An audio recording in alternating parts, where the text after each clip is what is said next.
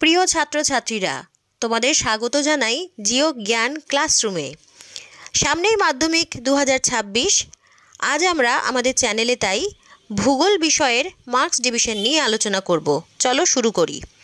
ভূগোল বিষয়ে মোট 90 নম্বরের উত্তর করতে হবে, যেখানে বিভাগ ক এবং বিভাগ খ পুরোটাই 1 নম্বরের প্রশ্নে ভরা থাকবে।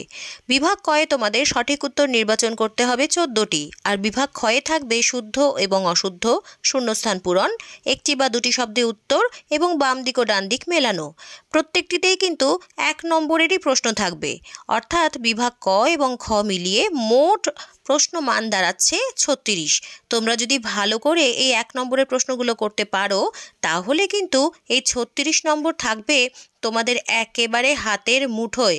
তাই খুব ভালো করে এগুলো যত্ন নিয়ে তৈরি করো।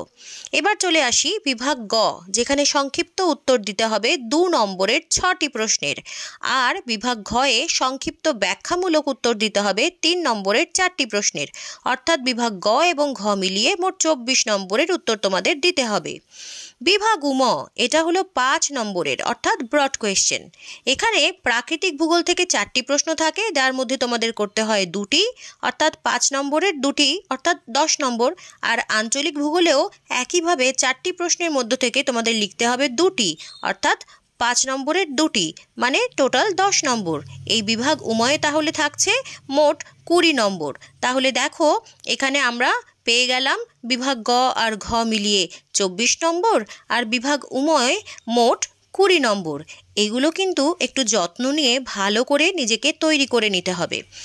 এবারে আমরা চলে আসছি আমাদের শেষ বিভাগ, বিভাগ চ, যেখানে ভারতের মানচিত্রে তোমাদের উপযুক্ত স্থানগুলি চিহ্নিত করতে হবে, যেখানে 1 নম্বরের 10টি তোমাদের চিহ্নিতকরণ দিতে হয়। সেখানে মোট নম্বর থাকবে 10, অর্থাৎ দেখো 36 যোগ 24 যোগ 20 যোগ 10, অর্থাৎ আমাদের মোট প্রশ্নমান 90 কমপ্লিট।